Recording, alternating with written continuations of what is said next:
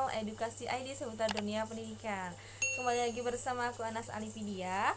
Kali ini aku bakal bikin video mengenai penjelasan lengkap analisis fundamental yaitu rasio keuangan, karena di video sebelum-sebelumnya aku sudah membuat tutorial mengerjakan analisis fundamental rasio keuangan. Maka video kali ini aku akan menjelaskan teori lengkap mengenai apa itu rasio keuangan dan jenis-jenis dari rasio keuangan. Namun sebelum masuk ke pembahasannya, jangan lupa untuk like, subscribe, dan nyalakan lonceng notifikasinya agar kalian tidak tertinggalan updatean terbaru dari channel Edukasi ID. Yuk, tanpa berbasa-basi lagi, langsung saja kita masuk ke video pembahasannya. Let's go!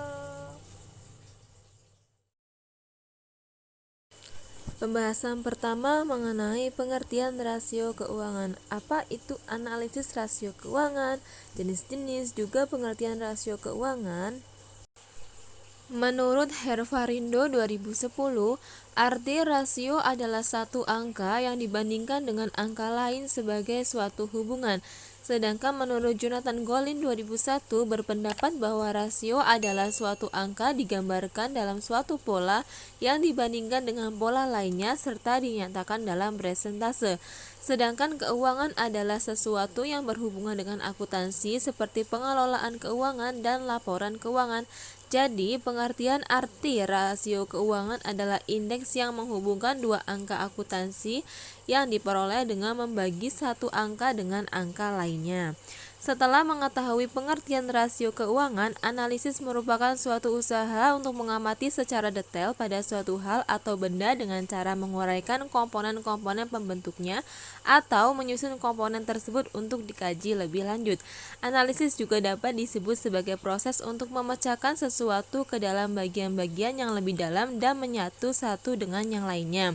Jadi, analisis rasio keuangan adalah proses pengamatan indeks yang berhubungan dengan transaksi dalam akuntansi pada laporan keuangan seperti neraca keuangan, laporan laba rugi, dan laporan arus kas dengan tujuan untuk menilai kinerja keuangan suatu perusahaan. Materi selanjutnya adalah tujuan analisis rasio keuangan. Apa itu tujuan dari analisis rasio keuangan perusahaan? Pengertian: tujuan dari analisis rasio keuangan digunakan untuk memberikan gambaran informasi mengenai posisi keuangan dan kinerja perusahaan yang dapat dijadikan sebagai komponen perencanaan bisnis untuk perusahaan. Analisis rasio keuangan digunakan oleh dua pengguna utama, yakni investor dan manajemen. Investor menggunakan financial ratio untuk melihat apakah perusahaan itu investasi yang bagus atau tidak. Dengan membandingkan financial ratio antara perusahaan dan antar industri, investor dapat melakukan investasi mana yang paling baik. Sedangkan manajemen menggunakan rasio keuangan untuk menentukan seberapa baik kinerja perusahaan untuk mengevaluasi kemana perusahaan dapat memperbaiki diri. Misalnya, jika perusahaan memiliki margin kotor yang rendah, maka manajer dapat mengevaluasi bagaimana meningkatkan margin kotor mereka. Pengertian fungsi umum dari jenis-jenis analisis rasio adalah bermanfaat untuk manajemen dan investor seperti yang telah disebutkan di atas. Tentu saja fungsi tersebut tidak sesederhana itu. Adapun tujuan dari analisis rasio keuangan adalah sebagai berikut. Tujuan pertama, berguna bagi seseorang atau perusahaan yang ingin melakukan investasi pada saham. Kedua, memberikan kredit kepada suatu perusahaan. Tiga, menentukan tingkat kesehatan perusahaan supplier. Empat, menentukan tingkat kesehatan perusahaan customer atau pelanggan. Lima, menentukan tingkat kesehatan perusahaan ditinjau dari segi karyawannya. Enam, menentukan besarnya pajak yang dibebankan perusahaan kepada pemerintah atau menentukan tingkat keuntungan yang wajar suatu industri. 7. Menentukan tingkat perkembangan perusahaan untuk kepentingan evaluasi. 8. Menentukan tingkat kekuatan keuangan pesaing atau kompetitor. Yang ke-9, menentukan besarnya tingkat kerusakan yang dihadapi perusahaan. Materi selanjutnya ada jenis-jenis dari rasio keuangan. Rasio keuangan ini dibagi menjadi beberapa jenis, dan jenis yang pertama adalah rasio likuiditas. Rasio likuiditas merupakan suatu indikator mengenai kemampuan perusahaan dalam membayar semua kewajiban finansial jangka pendek pada saat jatuh tempo dengan menggunakan aktiva lancar yang tersedia. Likuiditas tidak hanya berkenaan dengan keadaan keseluruhan keuangan perusahaan, tetapi juga berkaitan dengan kemampuannya mengubah aktiva lancar tertentu menjadi uang kas. Likuiditas adalah masalah yang berhubungan dengan masalah kemampuan suatu perusahaan untuk memenuhi kewajiban finansialnya yang segera harus dipenuhi. Suatu perusahaan yang mempunyai alat-alat likuid sedemikian besarnya sehingga mampu memenuhi segala kewajiban finansialnya yang segera harus dipenuhi, dikatakan bahwa perusahaan tersebut likuid, dan sebaliknya apabila suatu perusahaan tidak mempunyai alat-alat likuid yang cukup untuk memenuhi segala kewajiban finansial yang segera harus terpenuhi, dikatakan perusahaan tersebut insolvable. Berikut ini adalah tujuan dan manfaat yang dapat dipetik dari hasil rasio likuiditas. Yang pertama, untuk mengukur kemampuan perusahaan membayar kewajiban atau utang yang segera jatuh tempo pada saat ditagih. Yang kedua, untuk mengukur kemampuan perusahaan membayar kewajiban jangka pendek dengan aktiva lancar secara keseluruhan. Yang ketiga, untuk mengukur kemampuan perusahaan membayar kewajiban jangka pendek dengan aktiva lancar tanpa memperhitungkan sediaan atau piutang. Yang keempat, untuk mengukur atau membandingkan antara jumlah sediaan yang ada dengan modal kerja perusahaan. Yang kelima, untuk mengukur seberapa besar uang kas yang tersedia untuk membayar utang. Analisis rasio likuiditas juga mempunyai beberapa jenis. Jenis yang pertama adalah rasio lancar atau current ratio. Rasio lancar merupakan rasio untuk mengukur kemampuan perusahaan dalam membayar kewajiban jangka pendek atau utang yang segera jatuh tempo pada saat ditagih secara keseluruhan. Dengan kata lain, seberapa banyak aktiva yang tersedia untuk menutupi kewajiban jangka pendek yang segera jatuh tempo. Perhitungan rasio lancar dilakukan dengan membandingkan antara total aktiva lancar dengan total utang lancar. Aktiva lancar adalah harta perusahaan yang dapat dijadikan uang dalam waktu singkat. Komponen aktiva lancar meliputi kas, bank, surat-surat berharga, piutang, sediaan, biaya dibayar di muka, pendapatan yang masih harus diterima, pinjaman yang diberikan, dan aktiva lancar lainnya. Utang lancar adalah kewajiban perusahaan jangka pendek minimal 1 tahun, artinya utang ini segera harus dilunasi dalam waktu paling lama 1 tahun.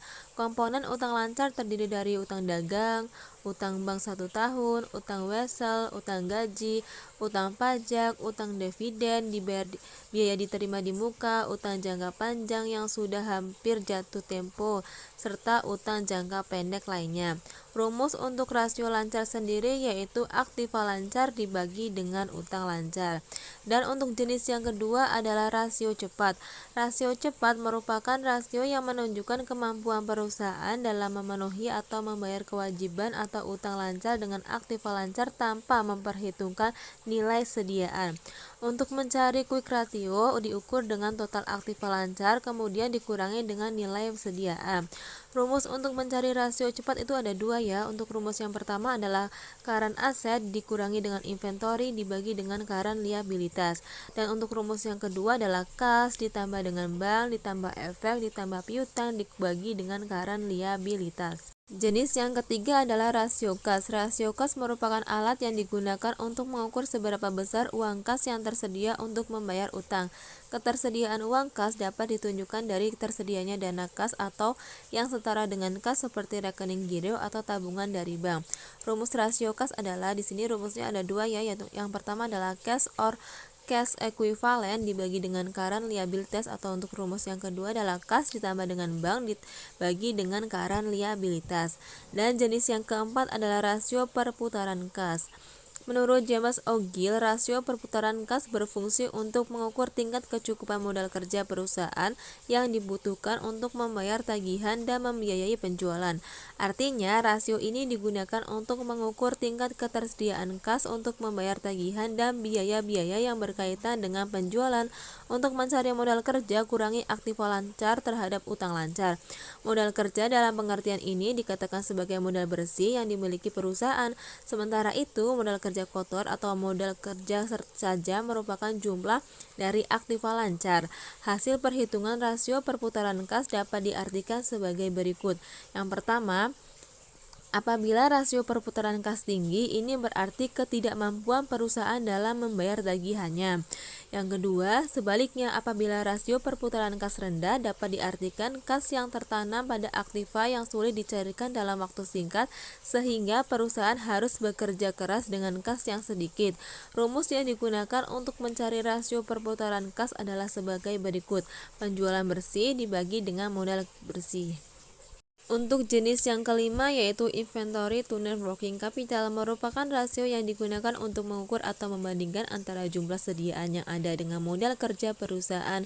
Modal kerja tersebut terdiri dari pengurangan antara aktiva lancar dengan utang lancar.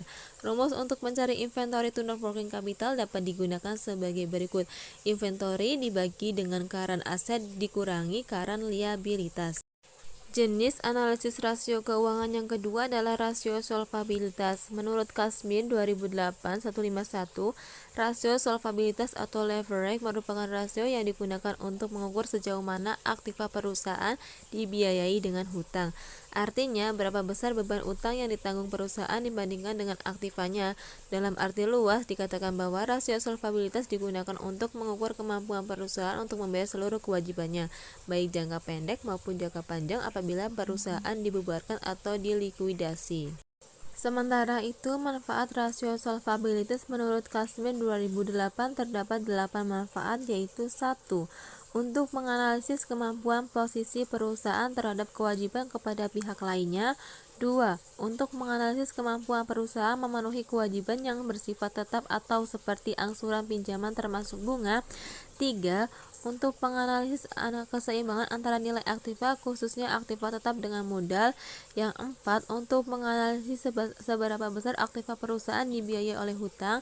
5. Untuk menganalisis seberapa besar utang perusahaan berpengaruh terhadap pengolahan aktiva.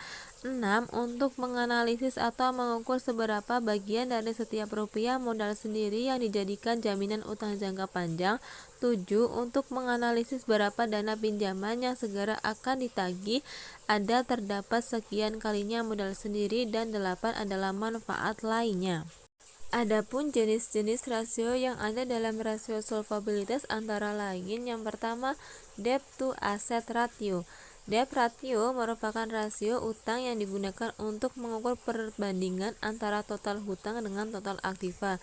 Dengan kata lain, seberapa besar aktiva perusahaan dibiayai oleh hutang atau seberapa besar hutang perusahaan berpengaruh terhadap pengolahan aktiva. Rumus untuk mencari debt ratio dapat digunakan sebagai berikut. Total debt dibagi dengan total aset dikali 100%. Jenis yang kedua adalah debt to equity ratio. Debt to equity ratio merupakan rasio yang digunakan untuk menilai utang dengan ekuitas. Rasio ini dicari dengan cara membandingkan antara seluruh hutang termasuk utang lancar dengan seluruh ekuitas. Rumus untuk mencari debt to equity ratio dapat digunakan perbandingan antara total hutang dengan total aktiva sebagai berikut. Total hutang atau debt dibagi dengan total ekuitas atau equity dikali dengan 100%. Dan untuk jenis yang ketiga adalah long term debt to equity ratio. Long term debt to equity ratio merupakan rasio antara hutang jangka panjang dengan modal sendiri. Tujuannya adalah untuk mengukur berapa bagian dari setiap rupiah modal sendiri yang dijadikan jaminan hutang jangka panjang dengan cara membandingkan antara hutang jangka panjang dengan modal sendiri yang disediakan oleh perusahaan. Rumus untuk mencari long term debt to equity ratio adalah dengan menggunakan perbandingan antara hutang jangka panjang dengan modal sendiri, yaitu long term debt dibagi dengan equity dikali dengan 100%. Dan untuk jenis yang keempat adalah time interest earned ratio. Rasio ini menunjukkan besarnya jaminan keuntungan untuk membayar bunga hutang jangka pendek. Rumusnya adalah earning before interest tax dibagi dengan long term liabilities interest. Untuk jenis yang kelima adalah long term debt to not current asset. Rasio ini menunjukkan perbandingan antara hutang jangka panjang aktiva selain aktiva lancar. Rasio ini biasanya digunakan untuk menilai solvabilitas perusahaan dengan standar rata-rata dipergunakan sebesar 50% atau 1:2. Dan untuk jenis yang keenam adalah Tangible Asset Debt Coverage. Rasio ini digunakan untuk mengetahui rasio antara aktiva tetap berwujud dengan hutang jangka panjang. Artinya, rasio ini menunjukkan setiap rupiah aktiva berwujud yang digunakan untuk menjamin hutang jangka panjangnya. Rasio ini juga menunjukkan kemampuan perusahaan untuk mencari pinjaman baru dengan jaminan aktiva tetap yang ada. Semakin tinggi rasio ini, semakin besar jaminan yang ada dan kreditor jangka panjang semakin aman atau terjamin, dan semakin besar kemampuan perusahaan untuk mencari pinjaman. Rasio ini biasanya minimal 100% atau 1:1, yang mana bahwa Rp1 hutang jangka panjang dijamin oleh Rp1 aktiva tetap yang ada. Rumus untuk mencari tangible asset debt coverage yaitu fixed asset dibagi dengan long term liabilities. Dan jenis yang terakhir yang ketujuh adalah current liabilities to net worth. Rasio ini menunjukkan bahwa dana pinjaman yang segera akan ditagih ada terdapat sekian kalinya modal sendiri. Jadi, rasio ini merupakan rasio antara hutang lancar dengan modal sendiri. Tujuan dari rasio ini adalah untuk mengetahui seberapa besar bagian dari modal sendiri yang dijadikan jaminan hutang lancar. Semakin kecil rasio ini, semakin baik sebab modal sendiri yang ada di perusahaan semakin besar untuk menjamin hutang lancar yang ada pada perusahaan. Batas yang paling rendah dari rasio ini adalah 100% atau 1:1. Rumusnya adalah current liabilities dibagi dengan equity. Jenis analisis rasio keuangan yang ketiga adalah rasio aktivitas. Menurut Kashmir, analisis rasio keuangan, rasio aktivitas merupakan rasio yang digunakan untuk mengukur efektivitas perusahaan dalam menggunakan aktiva yang dimiliki. Dapat dikatakan pula rasio ini digunakan untuk mengukur tingkat efisiensi atau efektivitas pemanfaatan sumber daya perusahaan. Menurut Irham Fahmi, analisis kinerja keuangan rasio aktivitas adalah rasio yang menggambarkan sejauh mana suatu perusahaan menggunakan sumber daya yang dimilikinya guna menunjang aktivitas perusahaan. Sedangkan menurut Darmawan Syahrial dan Jahotman Purba, analisis laporan keuangan rasio aktivitas menggambarkan kemampuan perusahaan memanfaatkan aktiva yang dimiliki dalam memperoleh penghasilan melalui penjualan, dan rasio aktivitas tidak semata-mata mengukur tingkat rendahnya rasio yang dihitung untuk mengetahui baik atau tidaknya keuangan perusahaan. Hal ini karena rasio aktivitas juga mengukur kinerja manajemen dalam menjalankan perusahaan untuk mencapai target atau sasaran yang telah ditentukan, dan hasil perhitungan rasio aktivitas bukan dalam persentase melainkan beberapa kali atau beberapa hari. Dengan ini saya simpulkan bahwa rasio aktivitas itu suatu cara untuk mengetahui bagaimana perusahaan memanage sumber daya yang dimilikinya untuk keefektifan perusahaan yang tengah berjalan setiap harinya. Beberapa manfaat yang dapat dipetik dari rasio aktivitas yakni sebagai berikut. 1. Dalam bidang piutang. A. Perusahaan atau manajemen dapat mengetahui berapa lama piutang mampu ditagih selama satu periode. Kemudian manajemen juga dapat mengetahui berapa kali dana yang ditanam dalam piutang ini berputar dalam satu periode. Dengan demikian dapat diketahui efektif atau tidaknya kegiatan perusahaan dalam bidang penagihan. Yang B, manajemen dapat mengetahui jumlah hari dalam rata-rata penagihan piutang atau days of receivable, sehingga manajemen dapat pula mengetahui jumlah hari piutang tersebut rata-rata tidak tertagih. Manfaat yang kedua dalam bidang sediaan, manajemen dapat mengetahui hari rata-rata sediaan tersimpan dalam gudang. Hasil ini dibandingkan dengan target yang telah ditentukan atau rata-rata industri. Kemudian perusahaan dapat pula membandingkan hasil ini dengan pengukuran rasio beberapa periode yang lalu. Yang ketiga, dalam bidang modal kerja dan penjualan, manajemen dapat mengetahui berapa kali dana yang ditanamkan dalam modal kerja berputar dalam satu periode, atau dengan kata lain, berapa penjualan yang dapat dicapai oleh setiap modal kerja yang digunakan. Yang keempat, dalam bidang aktiva dan penjualan. Yang A, manajemen dapat mengetahui berapa kali dana yang ditanamkan dalam aktiva tetap berputar dalam satu periode. Yang B, manajemen dapat mengetahui penggunaan semua aktiva perusahaan dibandingkan dengan penjualan dalam satu periode tertentu. Berikut ini ada beberapa jenis dari rasio aktivitas. Yang pertama adalah perputaran piutang atau account receivable turnover.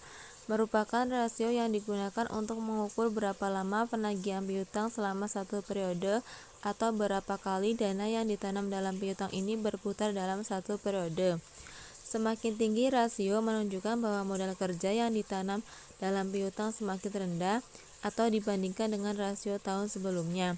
Dan tentunya kondisi ini bagi perusahaan semakin baik. Sebaliknya, jika rasio semakin rendah, ada over investment dalam piutang. Hal ini jelas adalah rasio perputaran piutang memberikan pemahaman tentang kualitas piutang dan kesuksesan penagihan piutang. Rumusnya adalah penjualan kredit dibagi dengan rata-rata piutang. Untuk jenis yang kedua adalah perputaran sediaan atau inventory turnover, merupakan rasio yang digunakan untuk mengukur berapa kali dana yang ditanam dalam sediaan ini berputar dalam satu periode. Rasio ini dikenal dengan nama rasio perputaran sediaan. Dapat pula diartikan bahwa perputaran sediaan merupakan rasio yang menunjukkan berapa kali jumlah barang sediaan diganti dalam satu tahun. Semakin kecil rasio ini semakin jelek. Demikian pula sebaliknya, turunan dari perputaran sediaan adalah jumlah hari untuk menjual sediaan, days to sell inventory. Rumusnya ada dua ya. Yang pertama, harga pokok barang yang dijual dibagi sediaan, dan untuk rumus yang kedua adalah penjualan dibagi dengan persediaan. Untuk jenis yang ketiga adalah perputaran modal kerja atau working capital turnover, merupakan salah satu rasio untuk mengukur atau menilai keefektifan modal kerja perusahaan selama satu periode tertentu. Artinya, seberapa banyak modal kerja berputar selama satu periode atau dalam satu periode. Untuk mengukur rasio ini, kita membandingkan antara penjualan dengan modal kerja atau dengan modal kerja rata-rata. Dari hasil penelitian, apabila perputaran modal kerja yang rendah dapat diartikan perusahaan sedang kelebihan modal kerja. Hal ini mungkin disebabkan karena rendahnya perputaran persediaan atau piutang atau saldo kas yang terlalu besar. Demikian pula sebaliknya, jika perputaran modal kerja tinggi mungkin disebabkan tingginya perputaran persediaan atau perputaran piutang atau saldo kas yang terlalu kecil. Yang dimaksud dengan modal kerja bersih atau net working capital adalah total aktiva lancar dikurangi total kewajiban lancar. Modal kerja bersih rata-rata adalah modal kerja bersih awal ditambah modal kerja bersih akhir dibagi 2. Untuk rumus dari rasio ini adalah penjualan bersih dibagi dengan persediaan. Untuk jenis yang berikutnya adalah perputaran total aktiva atau total asset turnover, merupakan rasio yang digunakan untuk mengukur perputaran semua aktiva yang dimiliki perusahaan dan mengukur berapa jumlah penjualan yang diperoleh dari setiap rupiah aktiva. Yang dimaksud penjualan bersih dalam menghitung rasio adalah penjualan kotor dikurangi retur penjualan dan potongan penjualan. Untuk rumus dari total aset turnover adalah penjualan dibagi dengan total aktiva. Jenis yang keempat dari rasio keuangan adalah rasio profitabilitas. Tujuan akhir yang ingin dicapai suatu perusahaan yang terpenting adalah memperoleh laba atau keuntungan yang maksimal. Di samping hal-hal lain, untuk mengukur tingkat keuntungan suatu perusahaan digunakan rasio keuntungan atau rasio profitabilitas yang dikenal juga dengan rasio rentabilitas. Menurut R. Agus Sartono 2010 yang menyatakan bahwa profitabilitas adalah kemampuan perusahaan memperoleh laba dalam hubungannya dengan penjualan total aktiva maupun modal sendiri. Menurut Kasmir 2011 yang menyatakan bahwa rasio profitabilitas merupakan rasio untuk menilai kemampuan perusahaan dalam mencari keuntungan.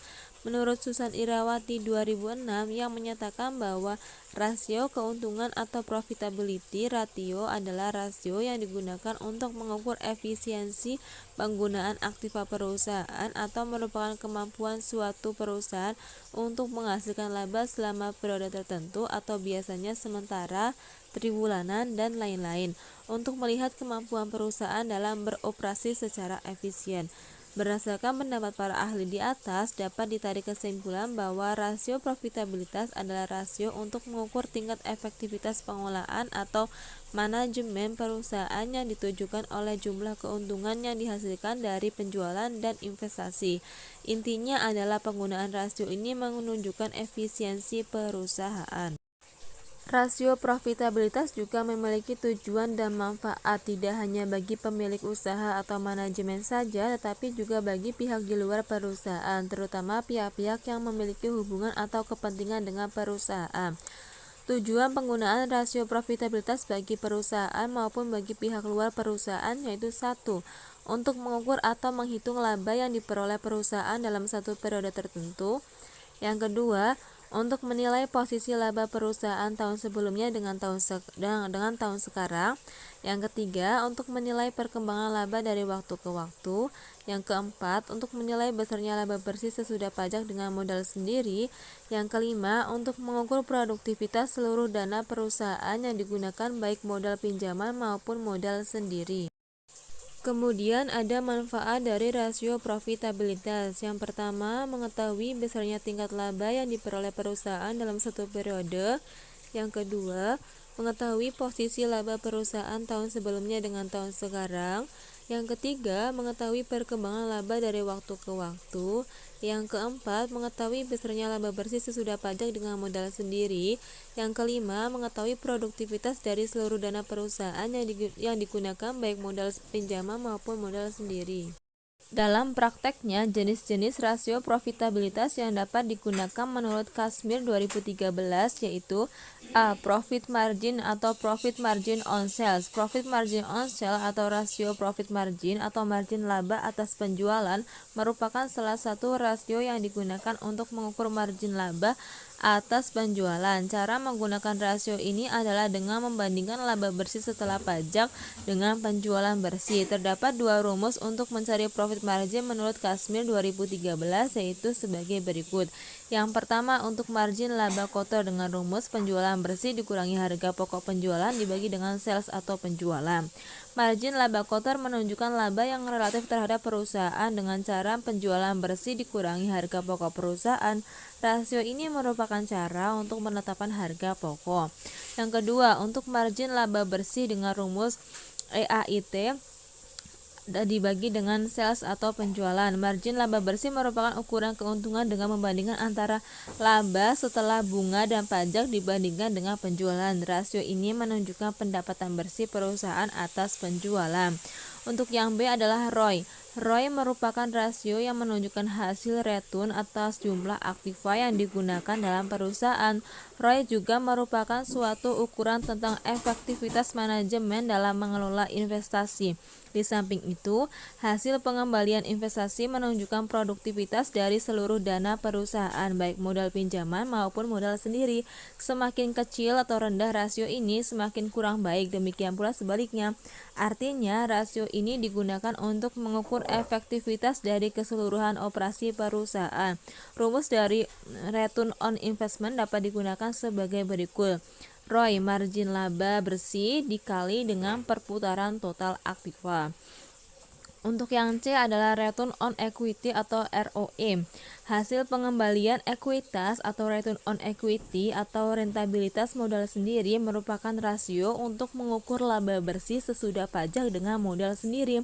Rasio ini menunjukkan efisiensi modal sendiri. Semakin tinggi rasio ini, semakin baik. Artinya, posisi pemilik perusahaan semakin kuat, demikian pula sebaliknya.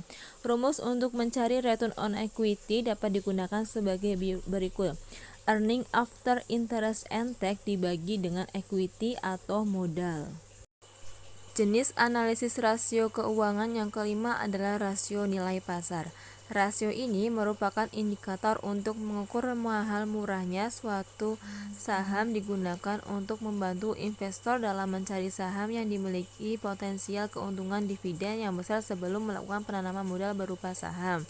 Namun, rasio pasar tidak mempunyai keukuran yang menunjukkan tingkat efisiensi rasio serta tidak dapat mencerminkan kinerja keuangan perusahaan secara keseluruhan jika dilihat berdasarkan harga saham maupun jika dipergunakan oleh pihak manajemen perusahaan. Rasio pasar merupakan sekumpulan rasio yang menghubungkan harga saham dengan laba.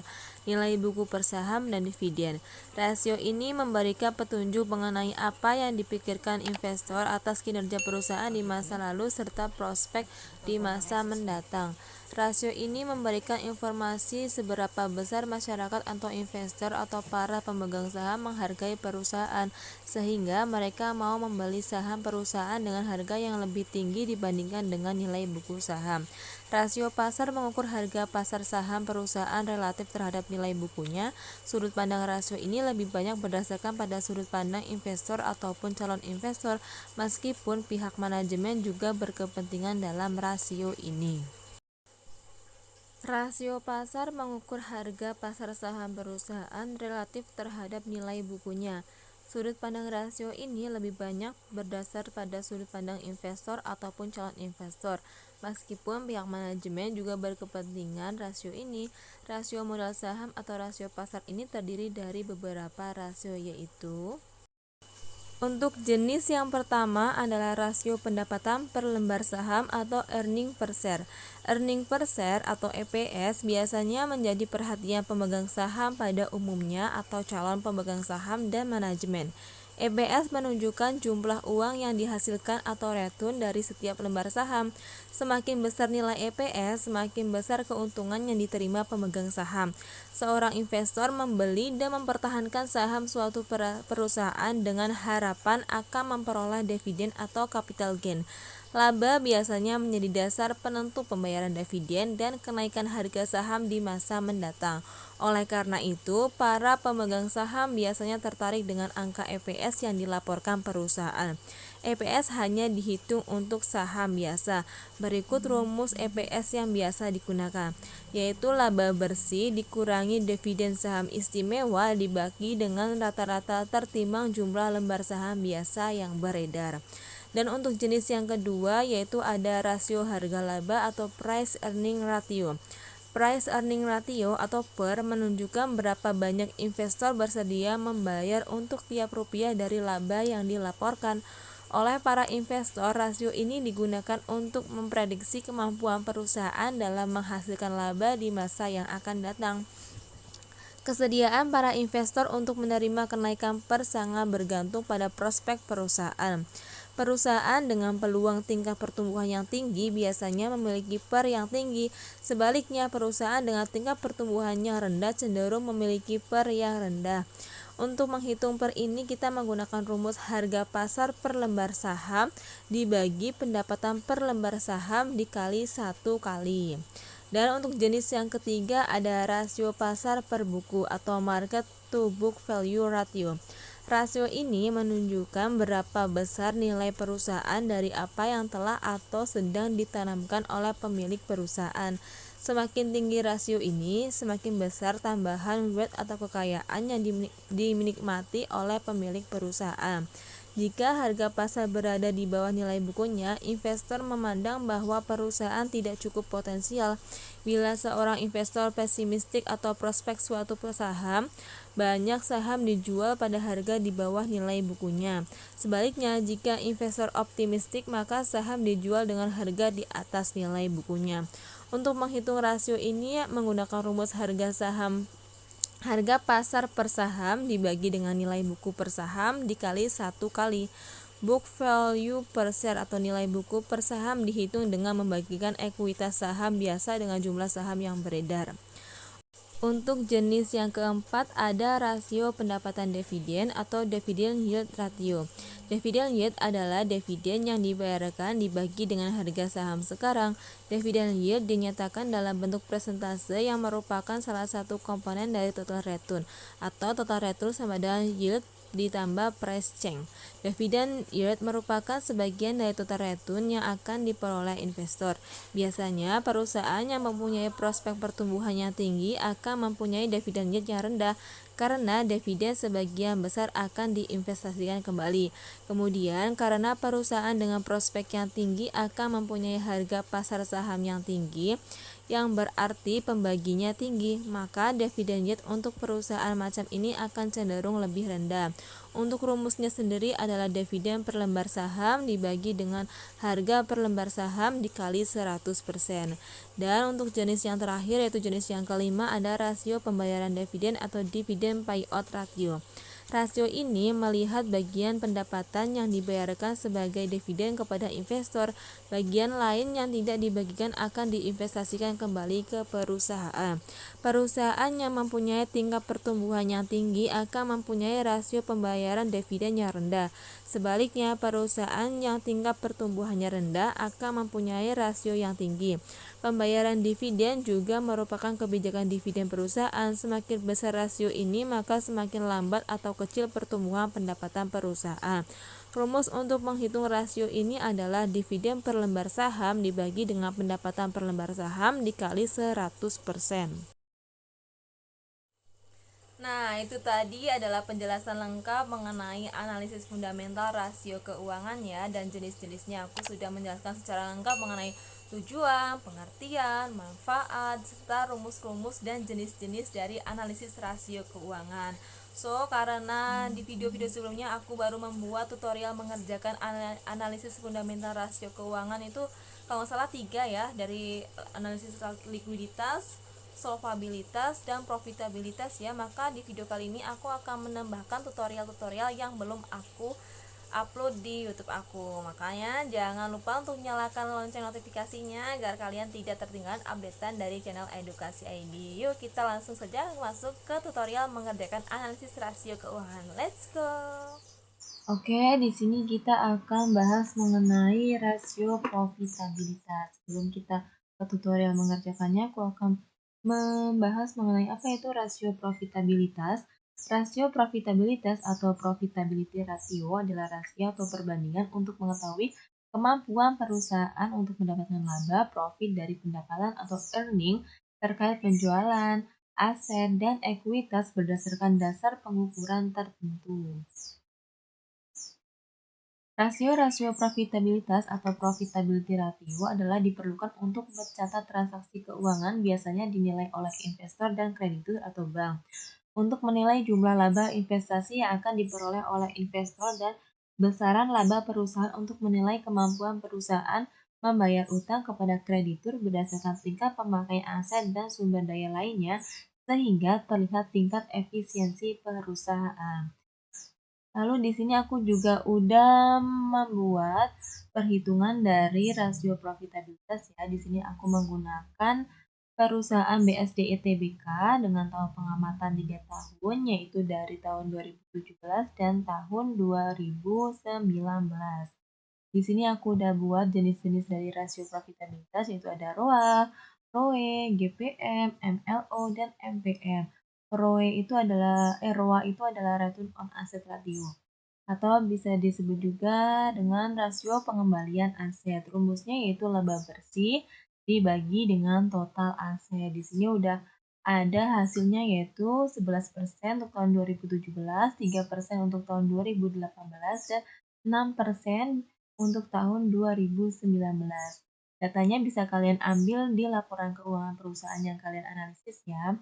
Di sini aku mengambil data dari laporan keuangan PT BSD dari tahun 2017 sampai tahun 2019. Dan di sini aku juga sudah membuat interpretasi dari ROA atau return on asset. Hasil pengembalian atas aset tahun 2017 lebih baik jika dibandingkan dengan hasil pengembalian atas aset tahun 2018 dan tahun 2019. Karena kontribusi total aset terhadap laba bersih tahun 2017 lebih besar jika dibandingkan dengan kontribusi total aset terhadap laba bersih tahun 2018 dan tahun 2019. Dengan demikian, telah terjadi peningkatan kinerja manajemen dalam menghasilkan laba rugi perusahaan. Ini untuk interpretasi dari ROA, dan untuk interpretasinya ini bisa kalian buat sesuai hati kalian ya, dan sesuai dengan perusahaan yang kalian analisis. Untuk jenis yang kedua ada ROE atau Return on Equity Ratio. Return on Equity Ratio ini merupakan rasio profitabilitas untuk menilai kemampuan perusahaan dalam menghasilkan laba dari investasi pemegang saham perusahaan tersebut yang dinyatakan dalam persentase. Untuk rumus ROE sendiri adalah laba bersih setelah pajak dibagi dengan ekuitas pemegang saham. Di sini udah terlihat hasilnya ya, yaitu untuk tahun 2017 18%, tahun 2018 6%, dan tahun 2019 adalah 9%. Dan aku juga sudah membuat interpretasi dari ROE atau Return on Equity atau rasio pengembalian ekuitas. Di sini bisa kalian baca sendiri ya. Hasil pengembalian atas ekuitas tahun 2017 lebih baik jika dibandingkan dengan hasil pengembalian atas ekuitas tahun 2018 dan tahun 2019. Karena kontribusi total ekuitas terhadap laba bersih tahun 2017 lebih besar jika dibandingkan dengan kontribusi total ekuitas terhadap laba bersih tahun 2018 dan 2019. Dengan demikian, telah terjadi penurunan kinerja manajemen dalam menghasilkan laba rugi perusahaan. Ini untuk interpretasi dari ROE ya. Untuk interpretasi ini juga bisa kalian buat sesuai dengan perusahaan atau laporan keuangan yang kalian analisis. Untuk jenis yang ketiga ada GPM, Gross Profit Margin atau margin laba kotor. Margin laba kotor merupakan rasio profitabilitas untuk menilai persentase laba kotor terhadap pendapatan yang dihasilkan dari penjualan. Laba kotor yang dipengaruhi oleh laporan arus kas memaparkan besaran laba yang didapatkan oleh perusahaan dengan mempertimbangkan biaya yang terpakai untuk memproduksi produk atau jasa perusahaan. Untuk rumus perhitungannya sendiri yaitu laba kotor dibagi total pendapatan dikali dengan 100%.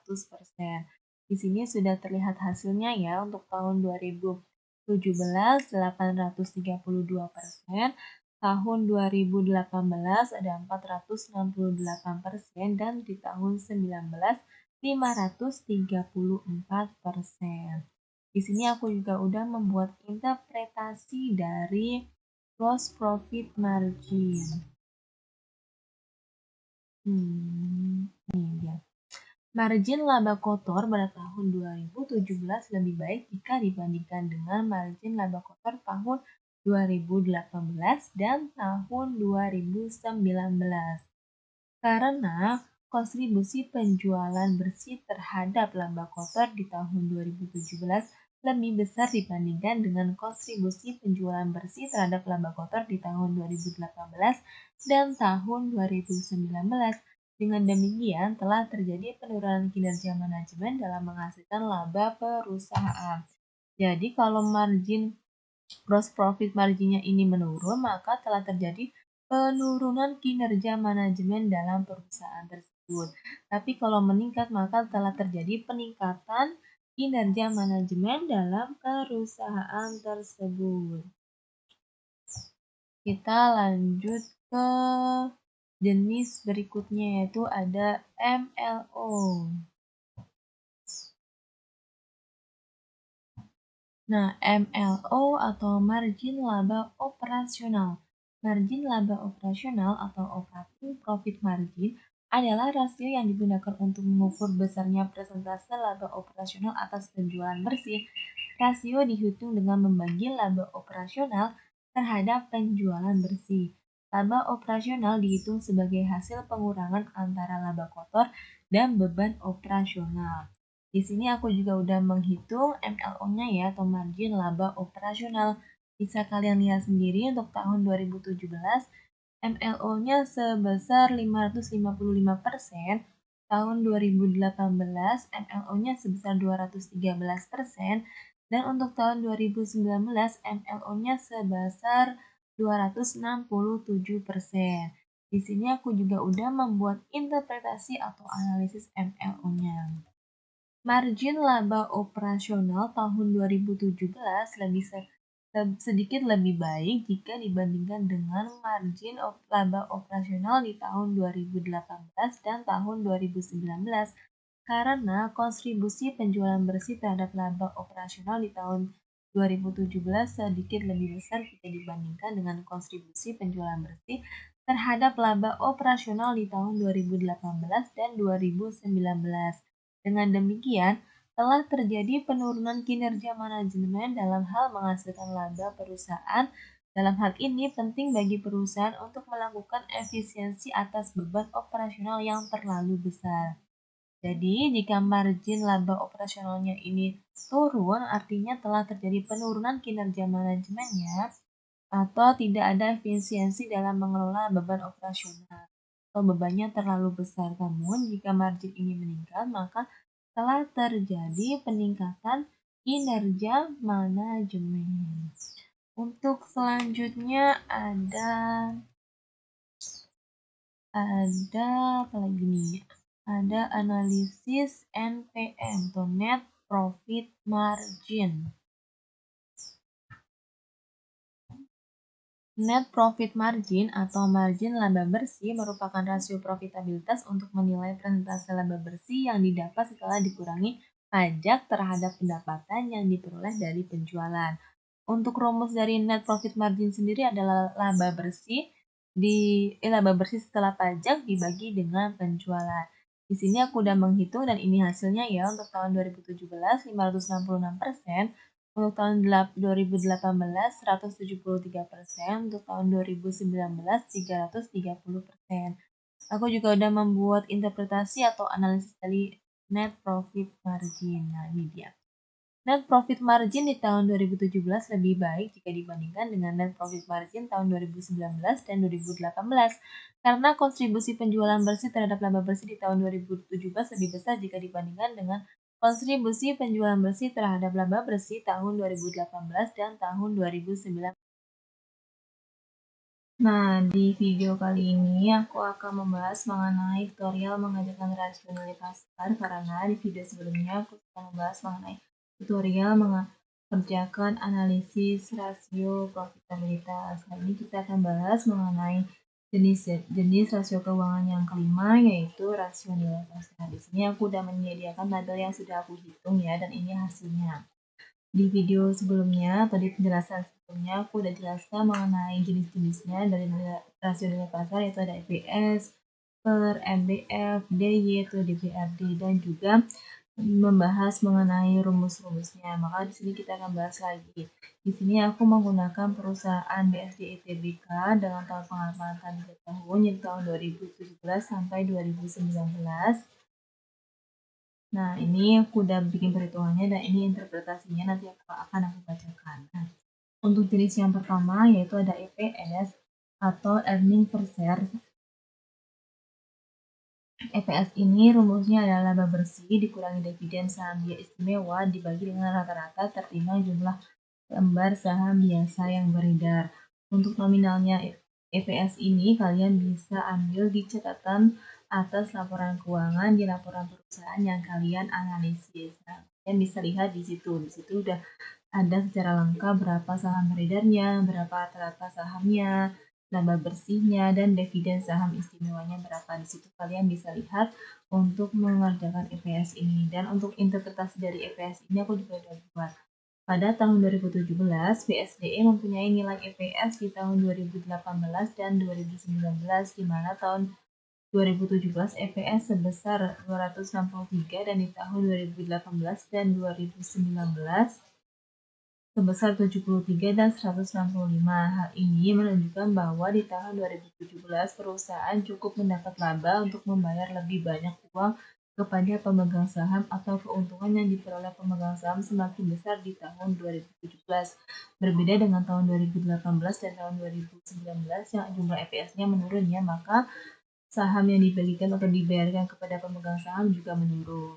Untuk jenis yang kedua di sini ada PER atau rasio harga saham price earning ratio.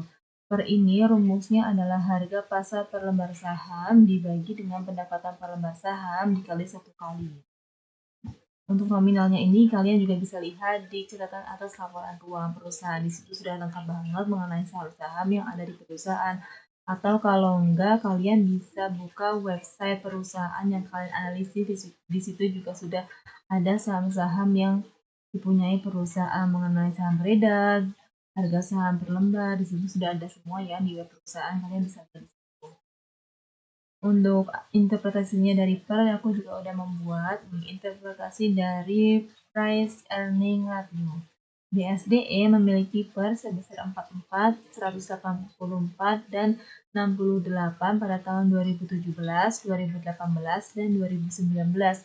Artinya, harga saham perusahaan bernilai 44, 148, dan 68 kali lebih besar dari laba per lembar saham. Rasio tertinggi di tahun 2018 itu mengindikasikan bahwa perusahaan memiliki prospek yang bagus di masa depan, namun nyatanya di tahun 2019 justru turun karena kondisi alam yang tidak terduga, yaitu adanya wabah COVID-19 dan yang melanda seluruh dunia ini ikut mempengaruhi harga saham perusahaan. Nah, di tahun 2018 per ini meningkat ya, sebesar 158, namun pada kenyataannya di tahun 2019 ini justru malah menurun berbanding terbalik dari perkiraan di tahun 2018. Di tahun 2018 ini diperkirakan bahwa di tahun selanjutnya per ini akan lebih meningkat, namun karena kondisi alam yang tidak menentukan di tahun 2019 tentunya isu-isu mengenai COVID-19, maka harga saham di perusahaan ini jadi menurun. Nah, untuk jenis yang ketiga di sini ada MDF atau Market to Book Value Ratio. Untuk MDF ini rumusnya adalah harga pasar per saham dibagi nilai buku per saham. Nominalnya ini kalian juga bisa lihat di catatan laporan atas keuangan perusahaan yang kalian analisis. Di sini aku juga udah membuat interpretasi dari rasio pasar per buku ya. Nilai MBF menunjukkan perbandingan harga saham perusahaan dengan nilai bukunya. BSCE memiliki nilai MBF sebesar 7 kali pada 2017 dan 2018 serta 6 kali di tahun 2019. Nah, di tahun 2018 dan di 2019 ini sama ya, 6 kali ya. Artinya harga saham atau stock price perusahaan bernilai lebih besar dari nilai buku per lembar saham perusahaan, itu menunjukkan bahwa harga saham BSE cenderung mahal. Nah, karena ini nilainya tinggi, 76, maka harga saham di BSD ini cenderung lebih mahal daripada perusahaan-perusahaan lainnya. Nah, untuk jenis yang selanjutnya yang keempat yaitu ada DYIM atau Dividend Yield Ratio. Rumusnya ini adalah dividen per lembar saham dibagi dengan harga per lembar saham. Kalian juga bisa lihat angkanya atau nominalnya di catatan atas laporan keuangan perusahaan. Pokoknya untuk rasio nilai pasar ini kalian memakai laporan catatan atas laporan keuangan perusahaan yang kalian analisis ya, karena datanya atau nominalnya sudah ada semua di sana. Untuk dividen yield ini aku juga udah membuat interpretasinya. Pada tabel di atas menunjukkan hasil dari analisis dividen yield ratio untuk tahun 2017 sebesar 9%, sedangkan untuk tahun 2018 dan 2019 sebesar 3% dan 5%. Dibandingkan dengan tahun 2017, jumlah di tahun 2018 dan 2019 menurun secara signifikan. Itu artinya setelah terjadi penurunan saham perusahaan, tidak menutup kemungkinan bahwa retur yang diperoleh oleh para pemegang saham juga akan menurun. Nah, di tahun 2018 dan 2019 ini terjadi penurunan ya. Nih, dan di tahun 2017 ini menjadi peningkatan 9%, tapi di tahun setelahnya 2018 dan 2019 malah menurun ya menjadi 3% dan 5%. Ini sangat signifikan penurunannya ya. Maka tidak menutup kemungkinan juga retur yang diperoleh oleh pemegang saham juga menurun ya, karena terjadi penurunan dividen ya di tahun 2018 dan tahun 2019. Dan untuk jenis berikutnya yaitu jenis yang kelima ya. Jenis yang kelima di sini ada DPR. Ini bukan Dewan Perwakilan Rakyat ya singkatannya ya. Ini singkatan dari Dividend Payout Ratio, DPR. Aku singkat aja biar lebih ringkes ya, agar simple gitu. Biar tidak kepanjangan juga di tabelnya. Dan untuk rumus dari Dividend Payout Ratio sendiri adalah dividen per lembar saham dibagi dengan pendapatan per lembar saham dikali sama 100%. Ini kalian bisa dapat tampilannya di catatan atas laporan keuangan. Aku juga udah buat interpretasi dari dividen payout ratio. Nah, Nih, dari hasil perhitungan dividen payout ratio menunjukkan tahun 2018, 2017, dan tahun 2019 sebesar 4%, 5%, dan 4%. Nilai ini terbilang standar karena terjadi kenaikan yang sedikit ya atau kecil di tahun 2018 dan penurunan kembali di tahun 2019. Hal ini menunjukkan bahwa rasio pembayaran dividen perusahaan kurang baik karena mengalami penurunan. Nah, ini berarti pembayaran rasio atau return yang perusahaan lakukan ini kurang baik ya karena terjadi penurunan di tahun 2019. Mungkin karena dampak dari adanya COVID-19 itu jadi terjadi beberapa penurunan di perusahaan-perusahaan. Nah, ini. Jadi COVID itu sangat berpengaruh ya terhadap perusahaan ya, baik nilai saham, penjualan, keuntungan, atau laba perusahaan itu sangat berpengaruh banget. Jadi dengan adanya COVID-19 ini jadi memutar otak manajemen perusahaan untuk lebih produktif lagi dalam memperoleh laba perusahaan dan dalam mempertahankan perusahaannya karena banyak banget mungkin yang perusahaan-perusahaan yang gugur atau UMKM yang mungkin gugur juga atau tidak mampu bertahan di masa krisis ini atau di masa COVID-19 ini. Nah, ini adalah penjelasan singkat tutorial mengerjakan rasio nilai pasar yang bisa aku sampaikan. Semoga tutorial ini bermanfaat ya buat kalian yang sedang mengerjakan analisis laporan keuangan. Untuk penjelasan lengkapnya, tujuan-tujuannya juga ada di video sebelum ini ya. Aku udah jelaskan di video awal ya. Untuk penjelasan singkatnya, penjelasan lengkapnya mengenai rasio nilai pasar.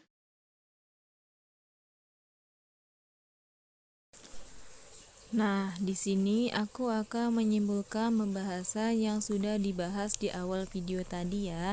Jadi, analisis rasio keuangan adalah penggabungan yang menunjukkan hubungan antara suatu unsur dengan unsur lainnya dalam laporan keuangan. Hubungan antara unsur laporan tersebut dinyatakan dalam bentuk matematis yang sederhana. Jadi, analisis rasio merupakan bentuk atau cara umum yang digunakan dalam analisis laporan keuangan. Dengan kata lain, di antara alat-alat analisis yang selalu digunakan untuk mengukur kekuatan atau kelemahan suatu perusahaan di bidang keuangan adalah analisis rasio keuangan. Jadi, analisis ini tuh digunakan untuk mengukur kelemahan dan kekuatan perusahaan di bidang keuangannya ya. Analisis ini juga bisa digunakan untuk menilai kinerja perusahaan dan sejauh mana perusahaan mengoptimalkan sumber-sumber atau aktiva-aktiva yang ada di perusahaan. Analisis ini juga bisa menjadikan keputusan investor dalam mengambil keputusan berinvestasi. Analisis rasio keuangan ini juga bisa digunakan debitur untuk membuat keputusan apakah akan memberikan pinjaman ke perusahaan tersebut ataupun tidak. Untuk jenis-jenis dari analisis rasio ini tadi sudah disebutkan, yaitu ada 5 jenis, yaitu rasio likuiditas, rasio solvabilitas, rasio profitabilitas, rasio aktivitas, dan rasio nilai pasar ya. Untuk rasio likuiditas, solvabilitas, aktivitas sudah aku jelaskan tutorialnya di video-video sebelumnya, dan untuk rasio profitabilitas serta rasio nilai pasar udah aku jelaskan juga di video kali ini. Nah, jadi di sini aku menjelaskan lengkap mengenai apa itu analisis fundamental rasio keuangan dan juga 2 tutorial mengerjakan analisis fundamental laporan keuangan. Jadi analisis rasio ini tuh penting banget ya buat perusahaan, karena dengan analisis ini kita bisa tahu sejauh mana sih perusahaan sudah optimal dalam produktivitasnya sehari-hari ya.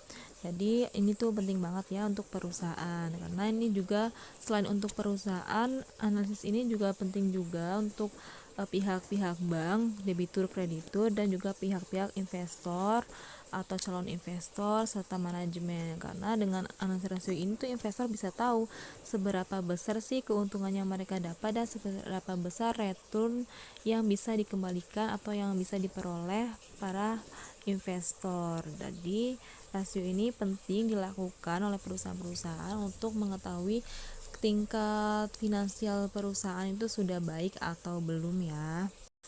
Selain dari apa yang udah aku jelaskan tadi, analisis rasio keuangan terutama bertujuan untuk mendapatkan gambaran tentang baik buruknya keadaan keuangan suatu perusahaan pada saat dianalisis.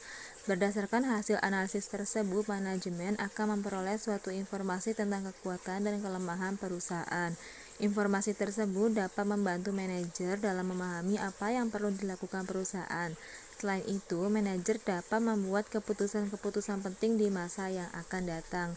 Analisis rasio keuangan tidak hanya penting bagi pihak manajemen, tetapi penting juga bagi pihak eksternal perusahaan. Bagi pihak eksternal, analisis rasio keuangan penting untuk memperoleh gambaran tentang perkembangan keuangan suatu perusahaan. Dengan mengetahui perkembangan keuangan perusahaan tersebut, maka mereka dapat memutuskan apakah akan tetap menginvestasikan dananya pada perusahaan tersebut atau tidak. Manfaat dari analisis rasio keuangan adalah mengetahui adanya kekuatan dan kelemahan keuangan dari tahun-tahun sebelumnya dengan cara membandingkan antara laporan keuangan tahun-tahun sebelumnya dengan tahun-tahun sekarang ya. Jadi kita akan memperoleh hasil yang kita dapat simpulkan mengenai kondisi keuangan perusahaan. Maka kita akan memperoleh informasi yang kita perlukan untuk membuat suatu keputusan yang tepat demi kebaikan perusahaan di masa yang akan datang. Oke, video tadi adalah penjelasan sejelas-jelasnya mengenai analisis fundamental rasio keuangan. Di video ini aku udah menjelaskan mengenai semua jenis rasio keuangan, pengertian, manfaat, dan rumus-rumusnya, serta sudah menjelaskan tutorial mengerjakan analisis fundamental, rasio profitabilitas, dan rasio nilai pasar ya. Kalian bisa simak video ini jika kalian ingin paham mengenai analisis rasio keuangan. Tapi jika masih ada yang kurang atau masih ada yang ingin kalian tanyakan, kalian bisa tanya di kolom komentar ya. Semoga video kali ini bermanfaat. Aku berharap banget sih video ini memang bermanfaat buat kalian ya. Jangan lupa untuk selalu support channel Edukasi ID agar aku lebih semangat lagi untuk membuat konten-konten yang bermanfaat untuk kalian. Aku pamit undur diri. Aku ucapkan terima kasih. Wassalamualaikum warahmatullahi wabarakatuh. Dadah, sampai jumpa dengan aku di next video selanjutnya ya.